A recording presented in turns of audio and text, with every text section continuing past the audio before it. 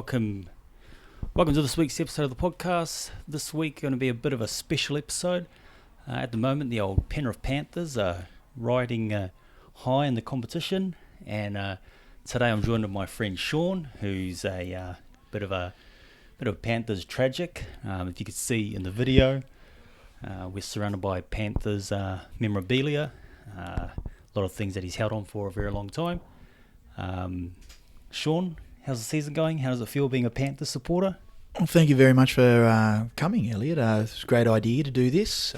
As a, self-confessed Panthers tragic. In fact, if you look quickly on the video here, I did get a Panthers tattoo on my 18th birthday. It did coincide with 2003, so that's just a wonderful coincidence. But this season's feeling good. Riding at the moment, as of right now, the record 10 wins. The last time we got close to that was the 2003 season. So, yeah, there is a fair bit of Panther stuff packed away, including 16 different Panthers jerseys, which I'm not wearing right now. This one's actually a 2004 version. The keen eye can only tell due to the St. Mary's Leagues. St. Mary's Leagues. If it was a 2003 one, it would be an NTG sponsorship. But the rest of it is as per normal. So, yep, this season's feeling good. Fingers crossed, but I'm hoping that another one like 2003 can come. And speaking about 2003, what we're going to be doing is we're going to be rewatching the 2003 Grand Final, which is even before meeting Sean, I always considered this the best Grand Final, NRL Grand Final that I've ever seen, considering the conditions they had to play. We're talking about just before, but also the quality of the competition in 2003. You don't realise just how many good teams there were. How good they were, like the Bulldogs of the time, the Broncos of the time, the Warriors, the way they played. Current Panthers coach Ivan Cleary was the fullback in that team. Yep. Just the amount of quality football. Even the Cowboys, they were on the way up with young Nathan Fien and the rest in the halves at that time. So the Parramatta were doing well. West Tigers were on the way up. It was a really, really, really strong competition. The top four were definitely well and above, but not that far. But that season had, when it came to Test football, even the Dragons at that stage, the 2003 Dragons were a quality team with Matt Cooper, Gaznia. You had obviously Trent Barrett at his prime at that stage. So it was really tough football to be played. They were tough men. They were hard men. The quality, the speed of the game. Now, I know the players are personally faster now, but the speed of the game was probably faster. Although I will give it this year with the 6 again rule, they've done quite well. Yeah. And, you didn't hear wrong. The Warriors were a good team back in 2003. This was actually our third year in a row making finals footy, but unfortunately we lost to the eventual premiers in an amazing, game. That game, very strong.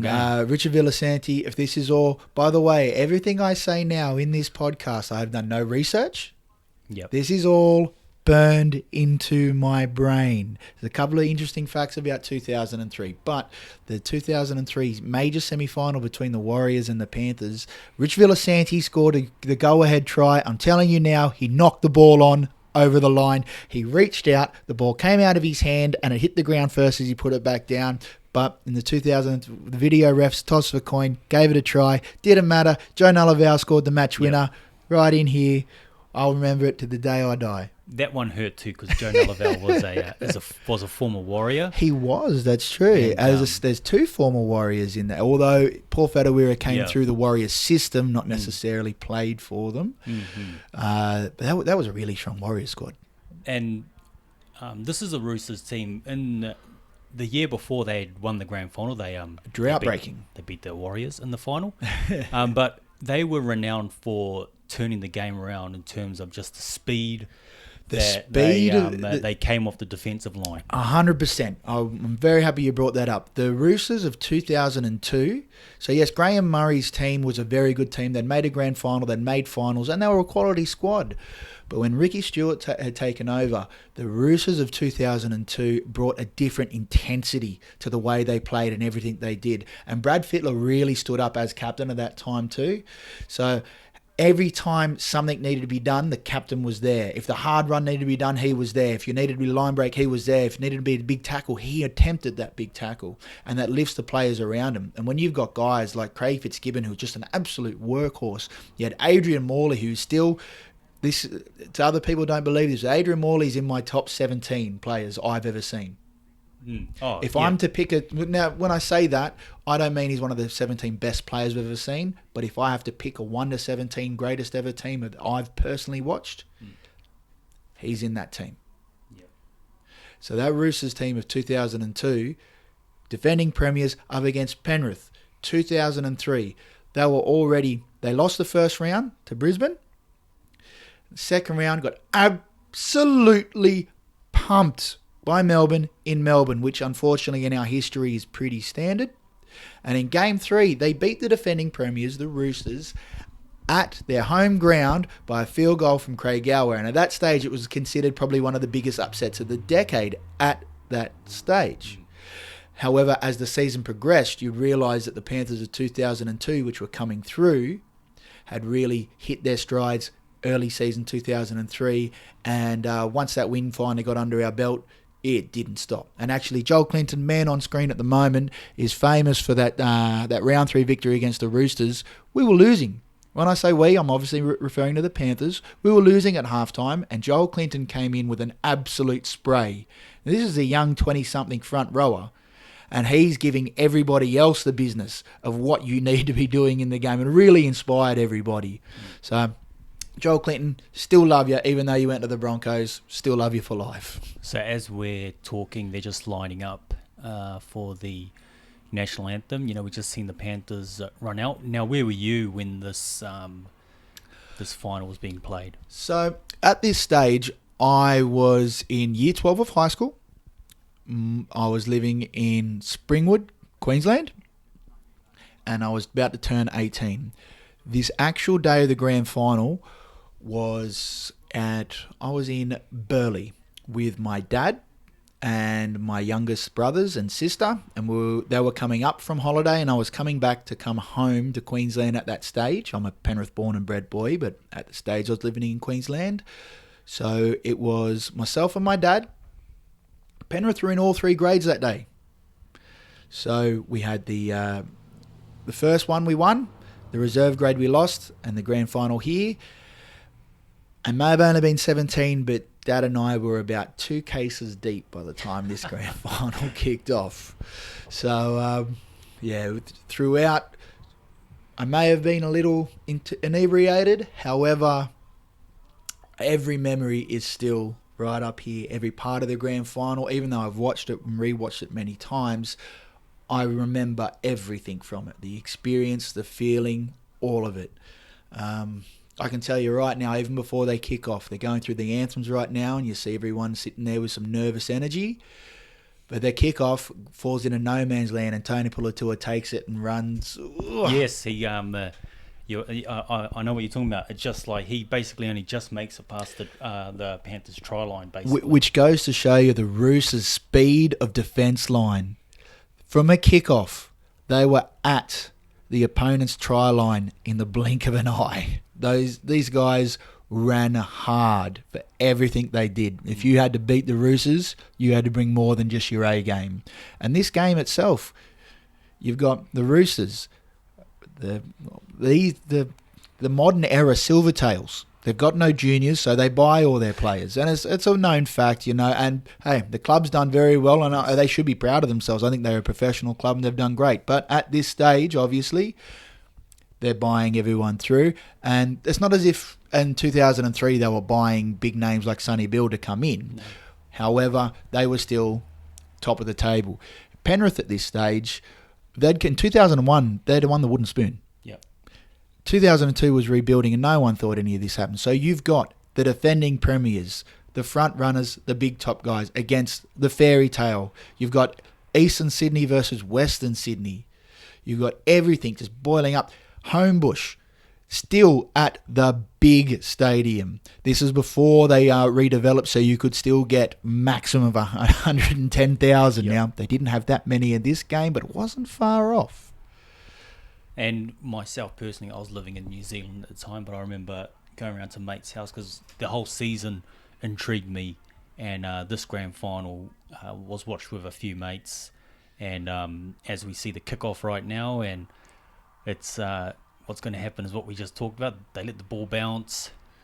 Oh, and big Tony. He only just but you talk about the Roosters buying players, not having many juniors. Then you look on the other side, you look at Penrith, and look at the amount of Penrith juniors that are in this grand final. Adrian Morley, just run out of the light. I'll put it this way. Adrian Morley, there was many players who have come up with big hits and many guys, but a lot of the guys will jam in to do those big hits and come in from the blind side. He's the only bloke that I remember who would just run straight at the opposition player, right in his eye line and put him on his backside. At his prime, he was like the beast. Oh, without a doubt. But the as you were saying with the Panthers juniors, now just for you guys, I'm just going to rattle off. We're 50 seconds, 57, 58, 59, 1 minute into this game. So obviously I can't see anything. I've got the magazines in front of me, but you can see from camera I'm not going to do this. So Reece Wesser, a young Queensland player, was our fullback. Our wingers were Luke Rooney and Luke Lewis, both of them Penrith juniors. Ryan Girdler was one centre, who's actually from the Illawarra region, who we bought in. He came in very early 90s. We had 5'8" Preston Campbell, who we had picked up. He was it's a great ball from Bradfield. He's actually from the Gold Coast to start with, but he's a Central New South Wales player. Craig Gower, a Penrith junior from Colleton. Yep. Lock four was Scott Sattler, who'd been around the area a lot, actually, from different areas. He'd been through a fair few clubs before he got to us. Tony Pulatua, St Mary's junior. Yep. Joe Nullavow, as we've mentioned before, from Queensland. Joel Clinton he came through the Penrith system. Oh, yeah, sorry, yeah. Joel Clinton came through the Penrith system, but he's actually a Parramatta junior. Okay. Luke Prittis obviously came through the Canberra system via Brisbane for us. Martin Lang, the Cronulla bloke, in the front row. And then on the bench we had Ben Ross, who was a Queenslander, came from St George Illawarra, but a lifelong Penrith supporter, which is very interesting. There's actually photos of him in his Panthers jersey as a young man. Then you had Luke Swain, Shane Rodney and Trent Waterhouse on the bench, all Penrith juniors. Nice fun fact too, I actually work with Trent Waterhouse's younger brother at the moment, and we like to reminisce a lot. I think I missed the centre. Oh, sorry, Paul Fadawira I missed. Fadawira, yeah. My mistake. Say Paul Fadawira. I miss Paul Fadawira, one of the unsung heroes of the mid-2000s and the Tigers and the Panthers premiership victories. Well, yeah, he went from winning a title with the Panthers, unwanted, then went to the Tigers, and then at best, to be honest, I think he played his best football at the Tigers. I think he did well for us. But this Roosters team, look at Brad Fittler at his prime. Craig Fitzgibbon is just an absolute workhorse. I don't think I've ever seen him play a bad game, that bloke. Jason Kalis is extremely underrated. I know this doesn't get a lot of airtime with others. I think Jason was better than Nathan, his brother. Oh, for sure. I believe that too. And Parramatta fans definitely will not agree with that, but that's okay. No. Parramatta fans don't agree with me with a lot of things. But I mean, I'll say this again, just the quality of players that are on this field at the moment, from what Penrith are going up against, and they were no chance of, nobody gave them a chance. No one gave them a chance of anything. I actually remember also watching, there was a show on Fox Sports back in the day, and it had Peter Ferlingos on it, the back page. Yeah, I think it's still on now, but I don't think it's the same thing. But I remember on the back page early on, they had Greg Alexander and a couple other NRL rugby league greats talking about the future season. And they asked Greg Alexander, who do you think is going to win the premiership? And he said Penrith. And literally the whole panel laughed at him. And he said, hear me out.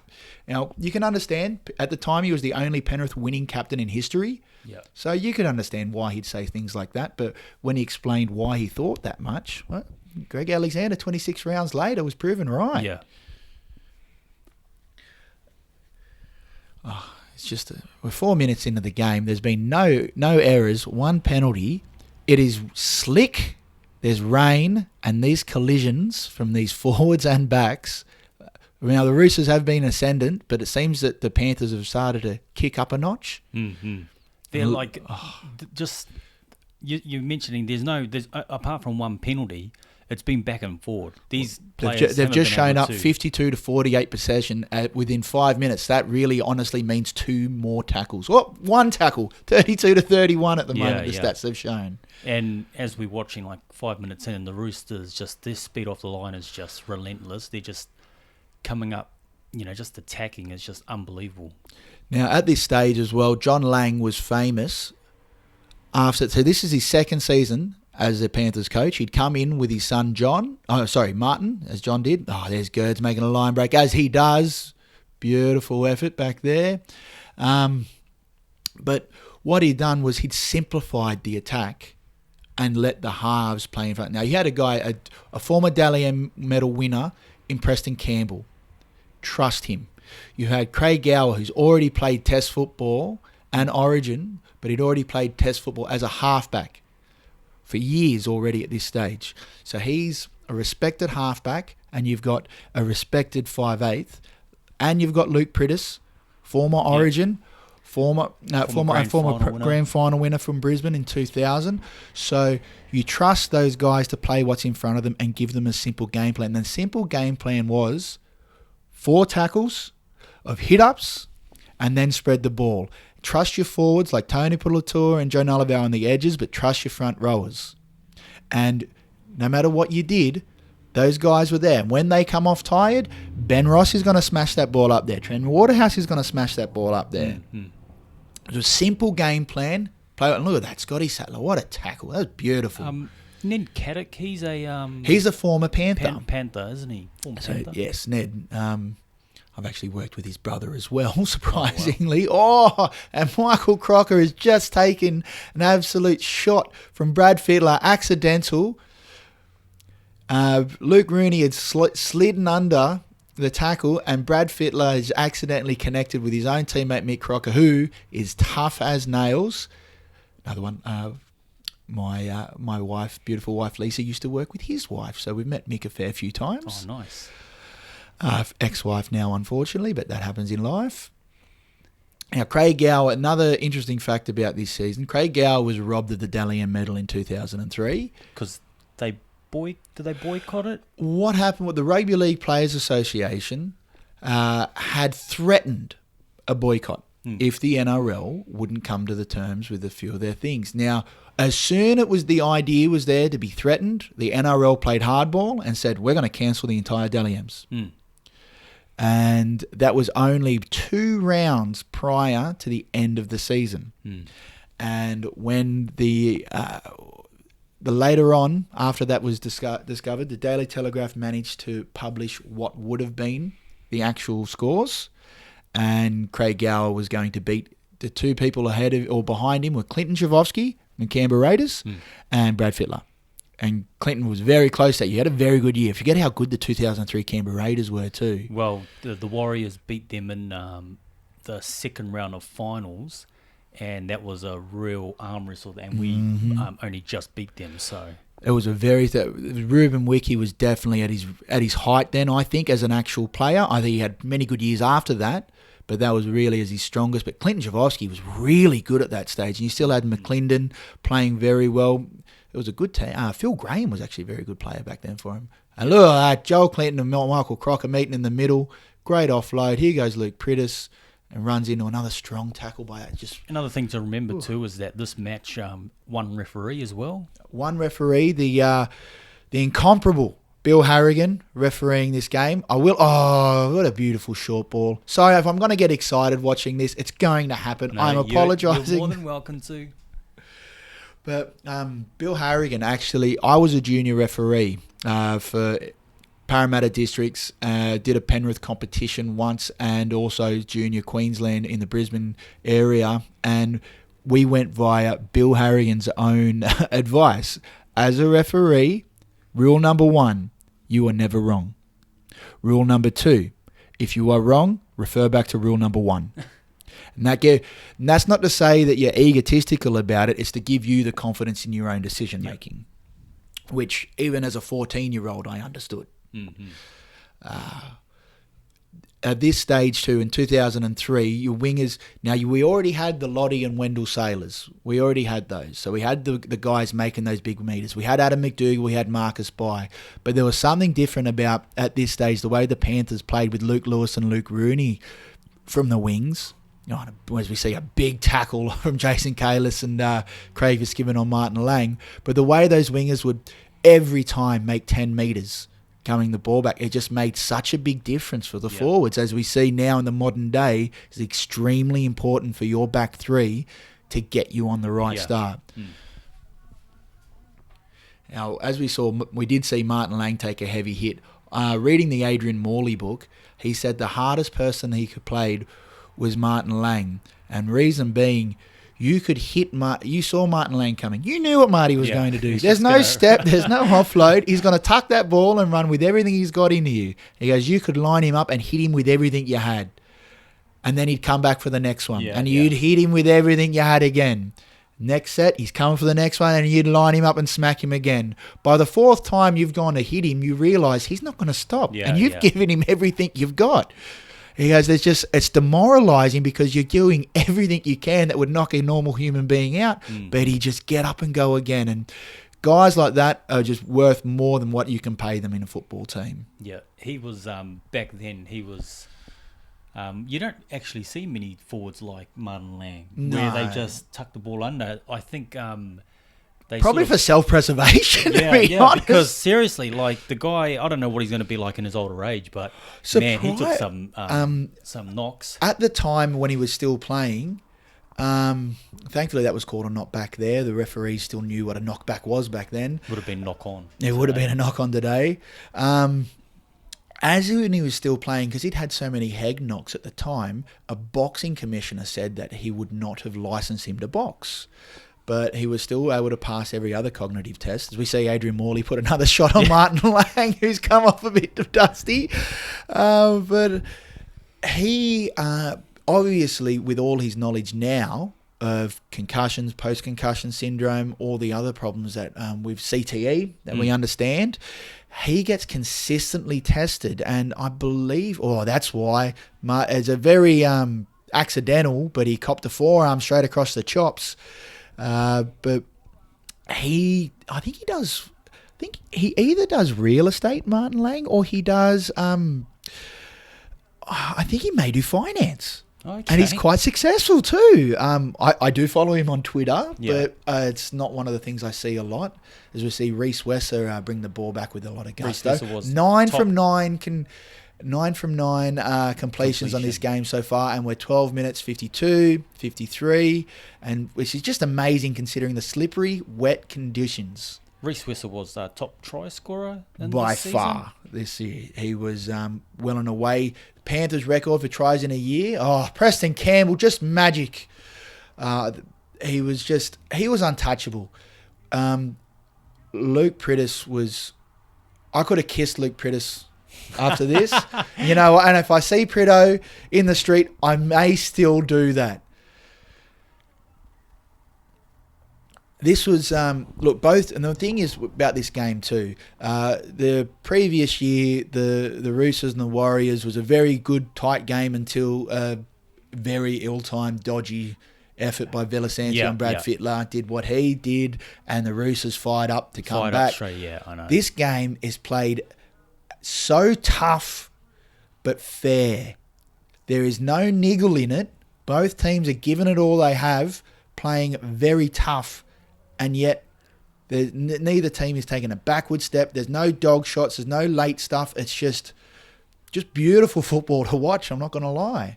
We talked about Reece Wesser being top try scorer. If anybody has the chance to, if you were to watch the highlights, and you've got the DVD, don't you, of the season? I do. I actually highlights? even have the VHS down there of the season highlights. But That's how much this guy loves the Panthers. he, if you would have known, the famous one is the ball run out of dummy half against the Bulldogs that Reese got. Like, it just tore them up there. That 2000, I remember, that game. It was that game when you knew we were in with a real good chance that year, because that Bulldogs team from the early 2000s was top class. You see Luke Rooney jumping over the top of Chris Walker and catching a bomb, but good defence from Brett Finch. That game you're talking about, I was actually holidaying here, second trip to Australia. Wow. And we actually came out to Penrith because my mate Joe, his sister lived out here in Springwood. Oh, yeah. And we just so happened to be coming out the week where the Roosters, the Panthers played the Bulldogs at Penrith Stadium. Mm-hmm. And it was like, she was like, yeah, I got us tickets and that. And then I was like, oh, because we had planned to come here for a little bit, then head down to Melbourne as part of our trip. And I just remember watching that game down in Melbourne, looking at my mates, I said, why the heck are we here? Why are you in Melbourne when you could have been? And that was a packed stadium that day too. That was, I actually think that was the ground record at that stage. That's off the top of my head. I'd be happy to have a look at the facts somehow and Google that. We see two 5'8" collide there in completely clean fashion too. But talk about a heavyweight against a middleweight and Preston Campbell and Brad Fiddler. But that game against the Bulldogs, that was Luke. What saved us in that game was Luke Lewis being able to jump over the top of Matt Utai. Mm-hmm. That was a great. Well, the Bulldogs of that, pretty much the exact same squad. All you had to do was add in Rennie Matua, Nate Miles, and Sonny Bill Williams, and that's the grand final winning team from the year later. Yes. And that team there, that game, that was the battle of the super boots between Hazem El Masri and Ryan Girdler. They'd put on a show between the two of them. Oh, attacking kick with a counter attack with beautiful. Oh, this is just a wonderful game to watch. Well, the Panthers don't use an interchange up until I think they've already made the interchange. It was 0 for 12. Yeah. Up until after 15 minutes. So I think obviously Martin Langwood. Oh no, he's still there. No, Marty's still on. They've pulled off They've Joel made Clayton one Ben interchange at almost 17 minutes in the game. And that they have not stopped. As I said, I think today's players are faster, but there's a lot less wrestle in this game. A lot less wrestle. Have a look. Have a look at this. Tackle, done, up. Done. Do you know what really gets my gears grinding about the game today is that you watch the ruck and a tackle, the amount of work to the head, work to the head, face, work to the arm, work to put your body weight back on there. Like, I understand what you're doing, but this isn't jiu-jitsu.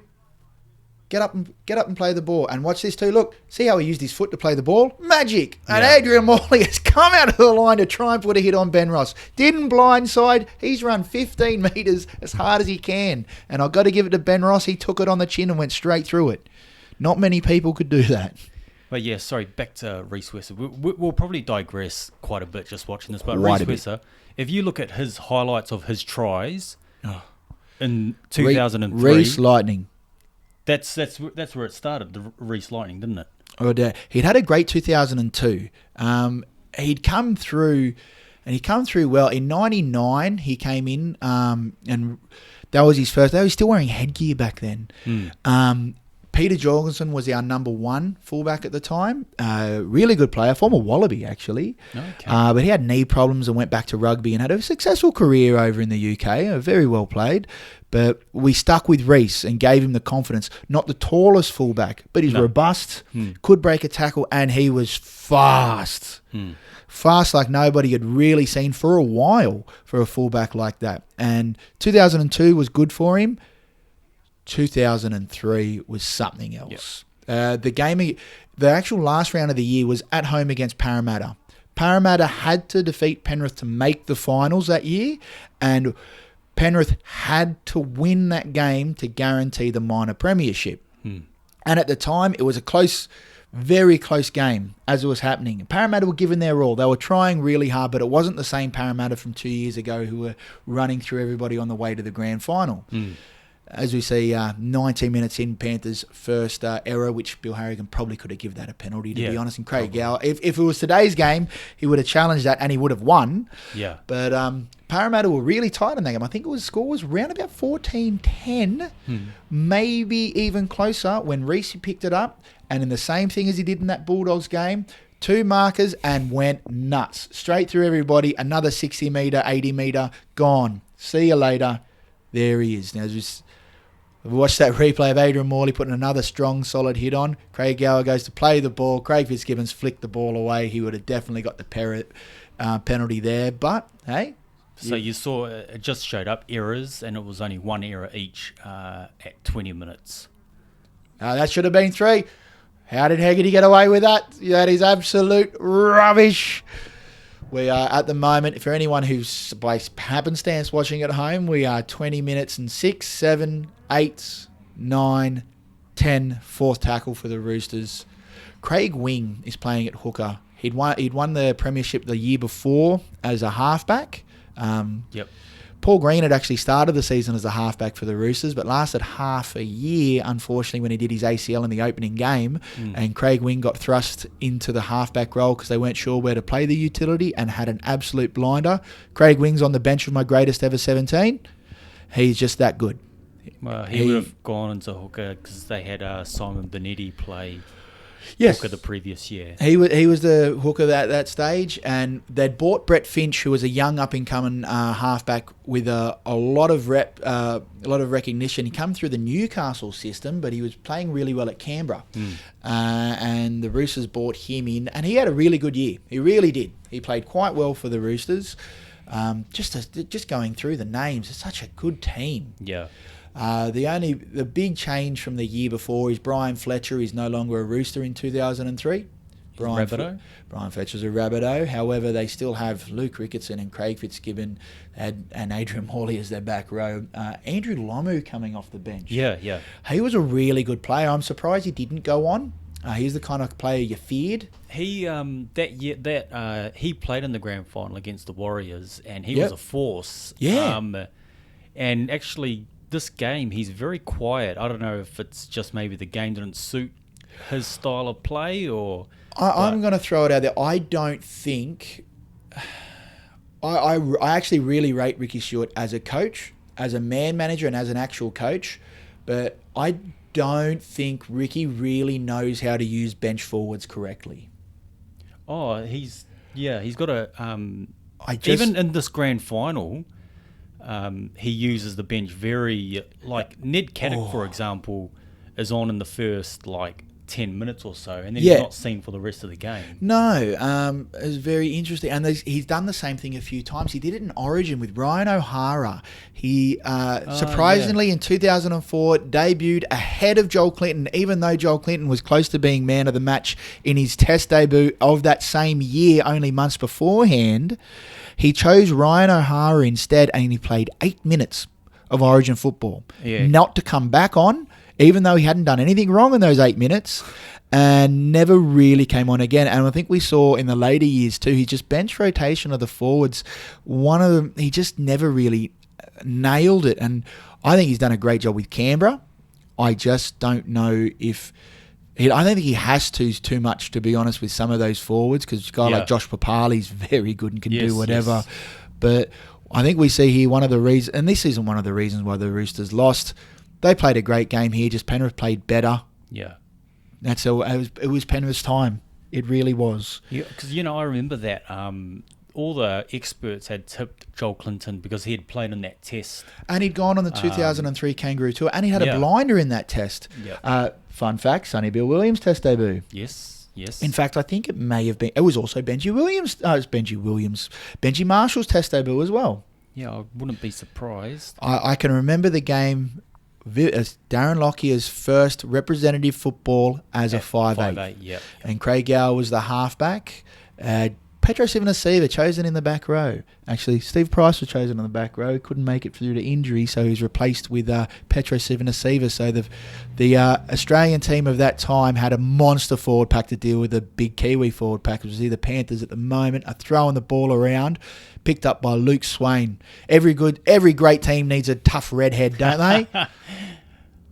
Oh, and the intercept thrown by Luke Pritters, but Tony Puletua making the super tackling cover. What was he doing back there, Tony? He didn't. He couldn't follow the line break quick enough, and thank God for that. A few years ago at a Panthers Roosters game at the SFS, I got to meet Tony Puletua as he's sitting 2 seats behind me, and as we won, I turned around and Tony gave me a nice big slap on the back and a high five, and I almost started crying and cuddling him at the time. We love you, Big T. You're one of the best players to ever pull on a Panthers jersey, and we thank you to see Trent Waterhouse give a penalty in this situation, and that was a very young Trent Waterhouse, by the way. He made the Kangaroos. He did. Yeah. He made the. Played. He did. He played Test football straight through. Did he score a try? I'm not sure in that series. That series, though, if you ever do get a chance, now it may seem odd that a 3-0 Kangaroo Tour victory is going to be something that I'd recommend. Those matches were absolutely enthralling. They were good matches. Penrith. Well, Penrith did have a lot of boys in that team, actually, but the Australian team was decimated by injury. A lot of people pulled out through legitimate injuries, couldn't go on tour. So if we had blokes like Phil Bailey playing Test football in the centres for Australia at that stage, I think even he got injured during that series. But Ryan Girdler went on tour and got injured in a Test against Wales. So Craig Wing was to start at in the centres. So he's playing a hooker in this grand final. The year before was a halfback in the grand final, and he's about to go away and play centre with that Kangaroo team. And sure enough, Australia are losing in that first Test match, even though Adrian Morley was sent off from the kickoff for knocking Robbie Kearns' head off. Yes. Great Britain are winning, and that is a very strong Great Britain team too. And yet, in the last play of the game, Craig Wing makes a line break and finds who else but Captain Courageous Darren Lockyer to get that ball and win the Test match on the last play under the posts. And then in that last, in the second Test, it took a Brett Camorley field goal to win the game. Mm-hmm. And in the third Test, due to injuries again, Craig Gower, who had been playing 5/8 for Australia with Brett Camorley in the halves, was injured for the third Test. So Michael Crocker was selected. Another unfortunate fact for that, for some reason, Chris Anderson, the coach, had brought in Darren Smith to help train. Who was playing over, he's doing his trade in England at the time, and for some reason, with all the healthy players he still had, decided to draft Darren Smith in to play for that third Test, which I think was a joke because Joel Clinton and Luke Lewis did not get capped on that tour, and there was no reason either of them couldn't have played in that third Test, which was, as we said, a dead match. We'd already won. You couldn't have blooded either of those two guys at that time. Absolute joke. However, let's go back to the wonderful thing about the Panthers and the Roosters in this grand final here. As we said earlier on in this podcast, Penrith are on a roll. They're on a record winning streak, and the last time they did that was in 2003. What was the... It was 9. 9, yeah. And I can tell you now that the 9th game, now I remember this vividly, was at what was known as Dairy Farmers Stadium, or 1300 Smile Stadium, whatever they called it, against North Queensland. And this game, Reece West was injured, so Steve Turner was playing fullback that day. Steve Turner from Melbourne fame and later the Bulldogs fame as well. Yep. Played on the wing for those teams. But he was a young fullback and we just couldn't keep him because of Reece Wesser. And fair to be said. At that stage, Steve Turner played in that game. That was our first ever Golden Point game because 2003 was the first year of Golden Point after this drawn 2002 Origin series. So that game went to Golden Point. The first set of 6 in Golden Point. Steve Turner makes a line break on the second or third tackle. And instead of either A, taking the tackle with the fullback, or B, drawing the fullback and passing, he kicks it for no apparent reason. The ball goes dead and the next team gets to march it up the field. Cowboys almost score. And after a couple more minutes of absolute madness, John Lang lost about 10 more centimetres of hair off the poor bloke's head. Joe Nullival went over under the post. It went to the video ref. They had 30,000 looks at it before he gave it the green light.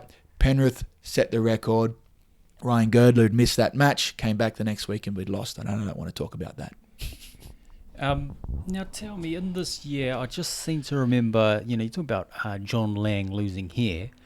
There was a game against the St. George Illawarra. Yes, and, yes, indeed.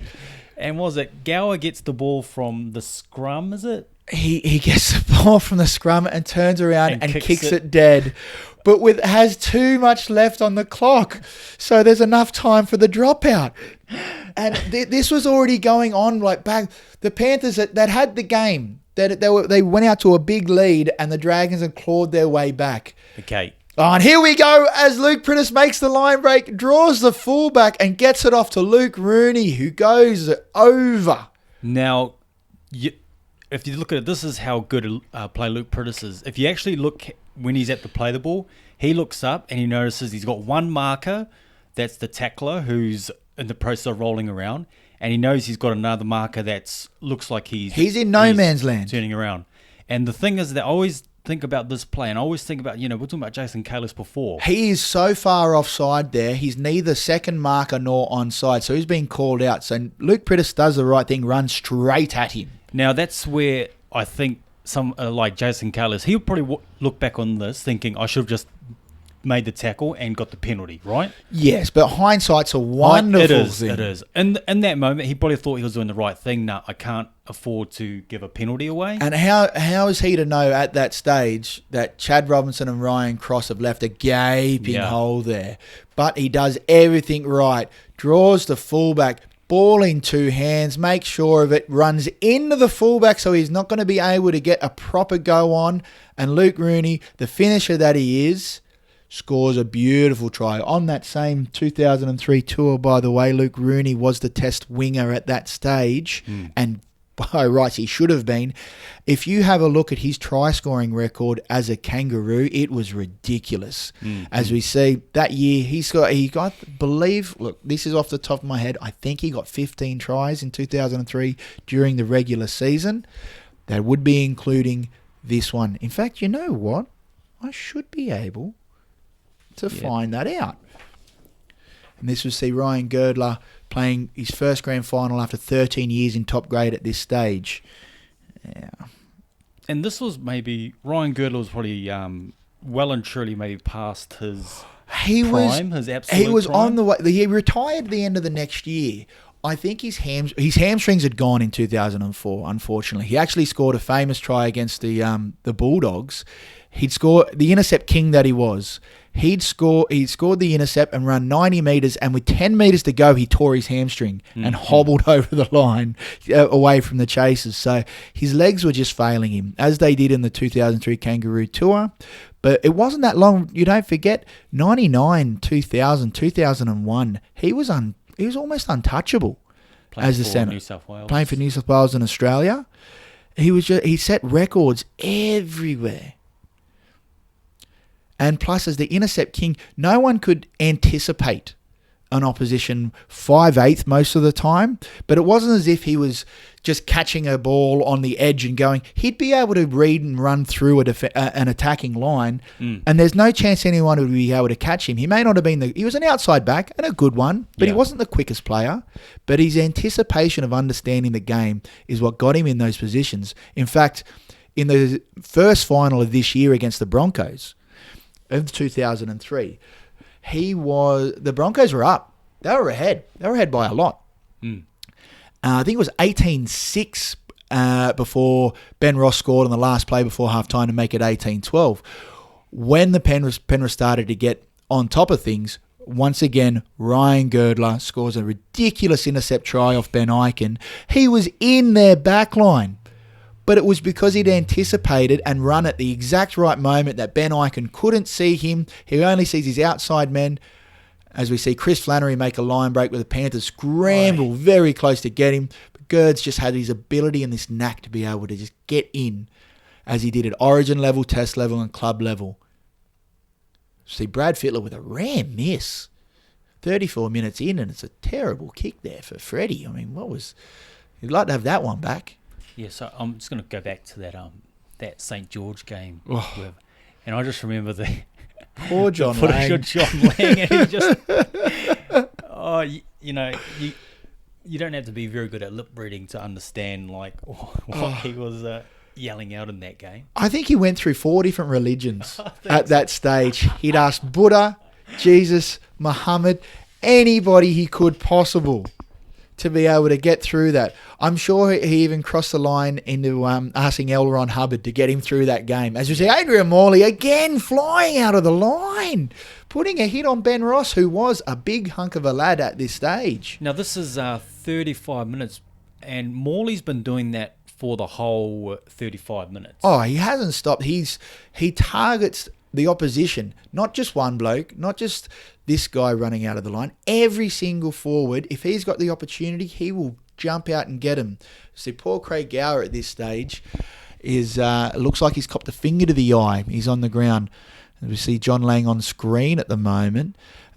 Craig Gower had been in the wars too at this stage. He'd had a sternum injury during the year. In fact, at Suncorp, he kicked a field goal to make it. It was a 13-8 win, and it was about 40-metre field goal he kicked it, and remembered vividly because he had almost this massive styrofoam chest protector because he was carrying a sternum injury for a long time. He really carried the Panthers very hard on his back this year. He's still a young man at this stage of 2003, but he'd been an established first grade, an established representative player since 1997. He played Super. He played Super League. He did play Super League. In fact, he even played halfback for Australia in Super League. Super League. Yeah. It was during a few injuries to a few people. He played in He played in there for New South Wales in the Tri Series.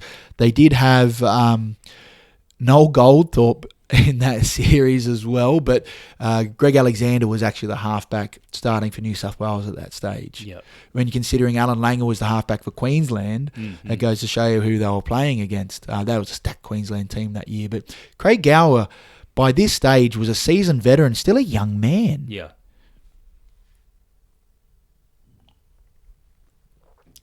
The difference of this 2003 Penrith team to the years prior. So Penrith had always had a very good junior nursery, but never really knew how to turn that around into premiership success. Obviously, 1991 was wonderful, and they'd really they'd been building since about 1985 at that stage. Yeah. That was when Greg Alexander had come through, and by 87 they really started coming. 1985, Greg Alexander was a Dally M medal winner.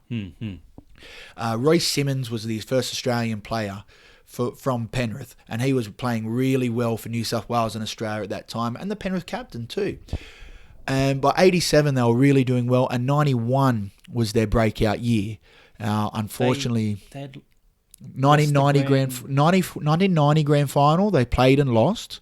91 rematch against Canberra and won.